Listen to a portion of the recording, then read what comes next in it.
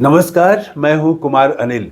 महात्मा गांधी की आत्मकथा सत्य के साथ मेरे प्रयोग, इसकी 86वीं कड़ी लेके मैं उपस्थित हूं। आज हम लोग बात करेंगे कि गांधी जी ने एक अंग्रेज महिला को सुंदर महिला कहा। क्यों कहा सुंदर? और दूसरी बात करेंगे कि वो पहले ऐसे व्यक्ति थे जिन्होंने दो गोरों की शादी कराई, और वहाँ जो रजिस्ट्रेशन करने वाला अधिकारी था वो तो देखा कि भाई गोरों की शादी में काला काला जो है वो गवाह बन रहा है, तो वो तैयार नहीं हुआ। उसके बाद फिर हंगामा हो गया। तो हम इन चीज़ों की आज बात करेंगे। पिछली कड़ी में हम लोगों ने देखा था कि गांधी जी ने फिनिक्स में प्रेस की स्थापना की थी, और इंडियन ओपिनियन अखबार अब खेत से निकलने लगा था। 100 एकड़ जमीन ली थी, सबके लिए बराबर बराबर टुकड़े बांट दिए गए थे, और वहाँ सबने अपने अपने झोपड़े बनाए थे। गांधी जी के लिए भी एक टुकड़ा वहाँ निर्धारित किया गया। गांधी जी ने भी अपना एक झोपड़ा बनाया, और उनकी प्लानिंग यही थी कि सारे लोग जो है यहीं रह के अखबार निकालेंगे। और गांधी जी के मन में विचार ये था कि धीरे धीरे वो वकालत छोड़ देंगे, बैरिस्ट्री छोड़ देंगे, और यहीं अपनी मेहनत से अपनी आजीविका कमाएंगे, खेती करेंगे, मेहनत करेंगे। वो सब कुछ हो रहा था। रस्किन की उस पुस्तक का प्रभाव दिख रहा था।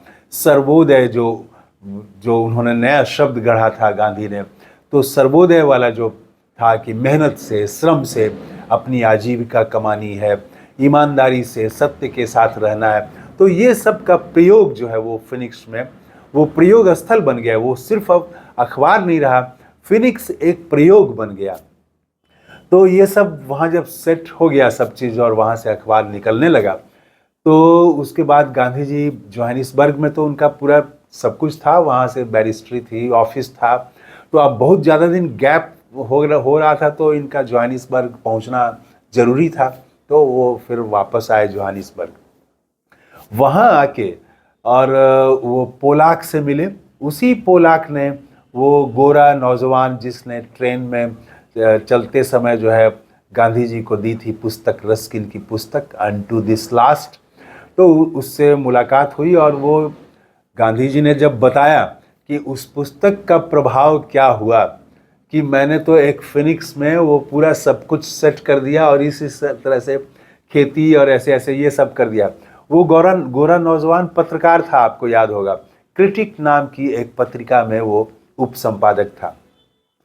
तो वो तो चौंका कि भाई किताब का इतना सुंदर प्रयोग आपने कर दिया और इतनी जल्दी कर दिया। तो वो बहुत उत्साहित हुआ पोलाक, और उसने कहा कि क्या आप इस योजना में मुझे भी शामिल करेंगे? तो गांधी जी ने कहा कि एकदम स्वागत है, आप शामिल हो जाइए। उसके बाद पोलाक जो है वो पहुंच जाते हैं। पोलाक ने सबसे पहले तो अपनी मैगजीन को लिखा, नोटिस दिया 1 महीने का, कि मैं 1 महीने के बाद नौकरी छोड़ दूंगा। और वो जो है, एक तो वो पहले बिजनेसमैन को, वेस्ट को नौकरी छोड़वा, वेस्ट का बिजनेस बंद करवा के वो उन्होंने लगा दिया था अपने साथ गांधी जी ने। और ये दूसरा नौजवान है जो नौकरी छोड़ने को तैयार हो गया, नोटिस दे दिया और नौकरी छोड़ दी। छोड़ के वो भी फिनिक्स पहुंच गया। तो फिर बाद में लिखते हैं गांधी जी कि यहाँ उनका ऑफिस जो था जोहानिसबर्ग का, ये इसमें थोड़ी दिक्कत हो रही थी। और तब गांधी जी ने पोलाक को लिखा कि आप यहाँ आएँ और वकालत के काम में आप मदद करें।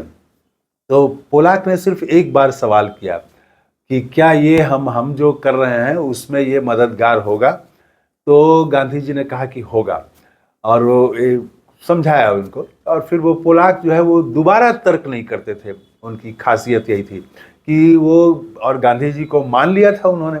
अब जब मान लिया तो वो एकदम आंख मूंद के रहते थे, क्योंकि वो पहले तो मानने में ही लॉजिक था।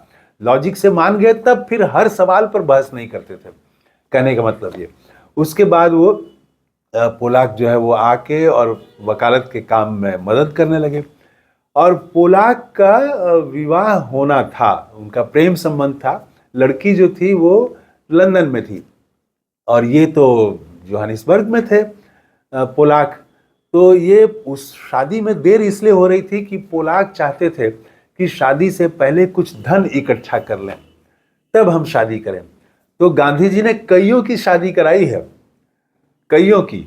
तो पोलाक से उन्होंने कहा कि भाई शादी में धन की क्या ज़रूरत है। और वहाँ पूरा लॉजिक किया गांधी जी ने, समझाया कि भाई अगर आपके हिसाब से चले तब तो कोई गरीब शादी ही नहीं करेगा, क्योंकि उसके पास तो पैसा नहीं है। तो गरीब भी तो शादी करते हैं, इसीलिए पैसे का शादी से कोई संबंध नहीं है, आप शादी करिए। फिर पोलाक तैयार हो जाते हैं, फिर वो पत्र भेजते हैं। उधर से वो जो लड़की है लंदन में रहती है, वो भी तैयार हो जाती है। फिर वो लंदन छोड़ के वो आ जाती है, जोहानिसबर्ग आ जाती है। और उसी लड़की को ही गांधी जी ने कहा है कि वो सुंदर अंग्रेज युवती है। और फिर गांधी जी ने बताया है कि सुंदर क्यों कहा। तो सुंदर जो है वो कहते हैं कि ये हाड़ मांस के कारण सुंदर नहीं है, कोई सुंदर नहीं होता है। गोरा और काला, इसके कारण कोई सुंदर नहीं होता है कि हर गोरा जो है या हर गोरी महिला सुंदर ही होगी। असल में उसके गुण से कोई सुंदर होता है, गुण से ही उसका जो व्यवहार है, गुण है, उसका जो चरित्र है, वो उसका नैतिकता उसके भीतर, ये सारे गुण जो मिलते हैं वो इसके कारण कोई सुंदर होता है। तो इसीलिए उस महिला को उन्होंने लिखा, उस युवती को उन्होंने लिखा कि वो बहुत सुंदर थी, उसके गुणों के कारण। वो गांधी जी लिखते हैं कि उसके गुण बहुत ही अच्छे थे। तो वो आई और अब रोचक मामला सामने आ गया कि अब ये दोनों को गांधी जी ही तैयार किए थे शादी के लिए। तो गांधी जी ही शहबाला, वो लिखते हैं, बिहार यूपी में हालांकि शहबाला बोलते हैं। दूल्हे के साथ दूल्हे के परिवार का जो छोटा बच्चा रहता है वो जो जाता है उसको, और वो शादी की सारी रस्मों में बगल में बैठता है दूल्हे के, तो उसको शहबाला बोलते हैं। लेकिन शहबाला इस अर्थ में भी लिया जाता है कि जो बड़े लोग भी शहबाला हो सकते हैं, वो हर रस्म में रहें। तो गांधी जी शहबाला बने और वो जहाँ शादी का रजिस्ट्रेशन होता है वहाँ पर पहुँचे लोग। शादी में कोई तो खर्च था ही नहीं, यहाँ जैसे हिंदुस्तान में धूमधाम होता है वैसा तो कुछ था ही नहीं। बस नए कपड़े भी नहीं सिलवाए शादी के लिए, दोनों ने जो कपड़े में थे उसी कपड़े में वो पहुँच गए रजिस्ट्रेशन ऑफिस, और गांधी जी गवाह, 3 आदमी पहुँच गए। तो वहाँ ये नियम था ट्रांसवाल में कि गोरों की शादी जो है वो गोरा अधिकारी ही कराता था, वही रजिस्ट्रेशन करता था, वो किसी काले का शादी का रजिस्ट्रेशन नहीं करता था। तो गांधी जी जब पहुंचे तो, और गांधी जी गवाह, गोरों की शादी में काला जो है कुली वो गवाह, ये उसने अपने जीवन में आज तक देखा नहीं था, उसके साथ ये पहली बार हो रहा था। तो उसको विश्वास ही नहीं हुआ, उसको लगा कि जरूर इसमें कुछ ना कुछ गड़बड़ है। तो उसने शादी को टालना चाहा, उसने कहा कि आज शादी नहीं हो सकती है, नया डेट आपको लेना पड़ेगा और तब तक हम जांच करेंगे। तो गांधी तो भाई समझ गए कि ये मेरे कारण ऐसा कर रहा है, और मैं चूंकि भाई हिंदुस्तानी हूँ तो ये मेरे कुली बैरिस्टर को देख के ये कर रहा है। तो वो और गांधी तो अन्याय और कहीं भी गलत हो तो उसको सह नहीं सकते हैं।